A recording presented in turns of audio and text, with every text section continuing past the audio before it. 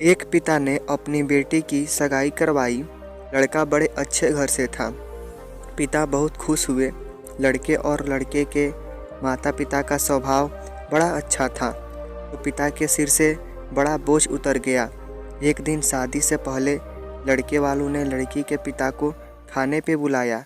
पिता की तबीयत ठीक नहीं थी, फिर भी वह ना न कह सके। लड़के वालों ने बड़े ही आदर सत्कार से उनका स्वागत किया। फिर लड़की के पिता के लिए चाय आई। शुगर की वजह से लड़की के पिता को चीनी वाली चाय से दूर रहने को कहा गया था, लेकिन लड़की के होने वाली ससुराल घर में थे तो चुप रहकर चाय हाथ में ले ली। चाय की पहली चुस्की लेते ही वो चौंक से गए। चाय में चीनी बिल्कुल ही नहीं थी और इलायची भी डली हुई थी। वो सोच में पड़ गए कि ये लोग भी हमारे जैसे ही चाय पीते हैं। दोपहर में खाना खाया, वो भी बिल्कुल उनके घर जैसा।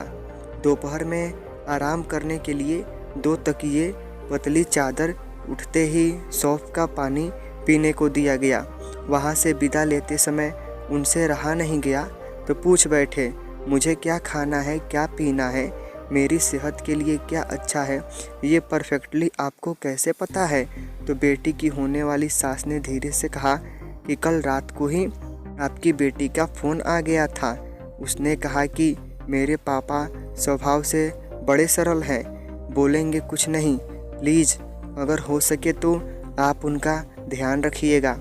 पिता की आंखों में वही पानी आ गया था। लड़की के पिता अब अपने घर पहुँचे तो घर के हॉल में लगी अपनी स्वर्गवासी माँ की फ़ोटो से हार निकाल दिया। जब पत्नी ने पूछा कि ये क्या कर रहे हैं, तो लड़की के पिता बोले, मेरा ध्यान रखने वाली मेरी माँ इस घर में से कहीं नहीं गई, बल्कि वो तो मेरी बेटी के रूप में इस घर में ही रहती है। और फिर पिता की आंखों से आंसू छलक गए। वो फबक कर रो पड़े। दुनिया में सब कहते हैं ना कि बेटी है एक दिन इस घर को छोड़कर चली जाएगी, मगर मैं दुनिया की सभी माँ बाप से ये कहना चाहता हूँ कि बेटी कभी भी अपने माँ बाप के घर से नहीं जाती, बल्कि वो हमेशा उनके दिल में रहती है।